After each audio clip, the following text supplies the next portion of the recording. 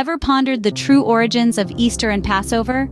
It's a question that can ignite a spark of curiosity in the minds of the most seasoned religious scholars and laymen alike. Easter, a holiday often symbolized by bunnies and eggs, is widely celebrated around the world. Yet the roots of these symbols might surprise you. They're deeply intertwined with ancient pagan rituals, tracing back to the Anglo-Saxon goddess Eostre. Even further back, we find connections to Nimrod and Semiramis, figures steeped in myth and mystery that goes back to Babylon. The colorful eggs and fluffy bunnies we associate with Easter today are from these ancient origins. Do you know their meaning? Bunnies don't lay eggs. Why do we lie to our children about this? Adding to this abomination, we add pork. What does that have to do with anything? When is Easter Sunday? Why does Easter move around on the calendar from year to year? It is because the date of the holiday is determined as the Sunday after the first full moon after the spring equinox. Is that biblical? Pagan celebrations revolve around equinoxes and solstices. Consider in Ezekiel he saw an abomination as the women were weeping for Tammuz. Ezekiel 8:14, 17, even worse. In verse 16, the prophet sees a fourth vision in the inner court of the temple. About 25 men with their backs toward the temple and their faces toward the east, and they were worshipping the sun toward the east. These men turned their back on the temple of Yahweh and turned prostrate, bowed down, to worship the sun. Which leads me to another thing I want to point out. Jeremiah 22:9.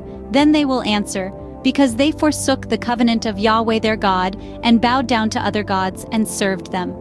Judges 2:12 says, and they forsook Yahweh, the God of their fathers, who had brought them out of the land of Egypt, and followed other gods from among the gods of the peoples who were around them, and bowed themselves down to them. Thus they provoked Yahweh to anger. They bowed down to other gods. Did you ever stop to think that when picking up and setting out Ishtar eggs, you and your children bow? As you place gifts under the tree, you bow down. Refusal of this knowledge and not turning away from these gods and back to Yahweh is dangerous. On the other hand, Passover holds deep biblical significance. It is one of Yahweh's commanded holy days that are to be observed yearly. Passover is commonly mistaken as only a Jewish feast, only to be observed by the Jews. That is not true. It began long before the Jewish tradition. Leviticus 23 tells us multiple times these feasts are to be observed throughout our generations. Yahweh said Exodus 12:14, "And this day shall be unto you for a memorial, and you shall keep it a feast to Yahweh throughout your generations. You shall keep it a feast by an ordinance forever." Exodus, if you read chapter 20, and it states, "You shall not make for yourselves an idol, nor any image of anything that is in the heavens above, or that is in the earth beneath, or that is in the water under the earth. You shall not bow yourself down to them, nor serve them. For I, Yahweh your God, am a jealous God, visiting the iniquity, sins, of the fathers on the children, on the third and on the fourth generation of those who hate me, and showing loving kindness to thousands of those who love me and keep my commandments." Hosea 4:6, Yahweh makes a frightening statement. "I will destroy my people because they are ignorant. You have refused to learn, so I will refuse to let you be my priests. You have forgotten the teachings of Yahweh, so I will forget your children." This should cause any parent a moment of conviction. Why do you lie to your children about these customs? Why do we attain special powers or abilities to Santa and the Easter Bunny?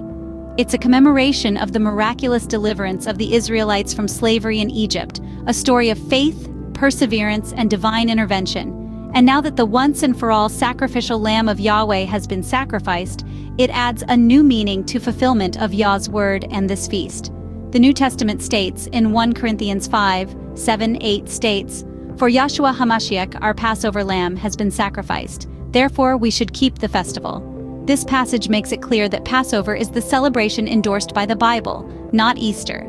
Even communion exampled at the Last Supper, Yahshua told us to do this in remembrance of him. The Last Supper was a Passover meal. Yahshua observed Passover as he became our Passover. It is important not to fall into the religiousness of the Passover. We encourage you to pray, search the scripture, and do your own research. We try to look at what the Bible tells us to do, not the Jewish customs. For example, you will not find the Seder plate in the Word. We no longer need to sacrifice a lamb because this has been fulfilled in Yahshua's sacrifice. Future videos will be exploring Passover more and exposing the sexual pagan Ishtar practices and meanings. So, why then do we continue to observe Easter instead of Passover? It's a question worth exploring, a challenge to our inherited traditions. It's time we reevaluate these practices, align them with biblical truth, and honor the authentic meaning of Passover. Let's turn our backs on the deceptive allure of Easter, a celebration tainted by pagan roots, and embrace the unadulterated truth found in the celebration of Passover, just like they did in Ezekiel 8:16. And they were worshiping the sun toward the east. This is obviously some sort of pagan sunrise service in which they honor the sun more highly than Yahweh, to whom they contemptuously show their backsides. We should today turn our backsides on this pagan sun worship and turn back to Yahweh. That brings us to the end of our enlightening journey today. Don't forget to subscribe to our channel for more thought-provoking insights. Together, we'll continue our quest for truth.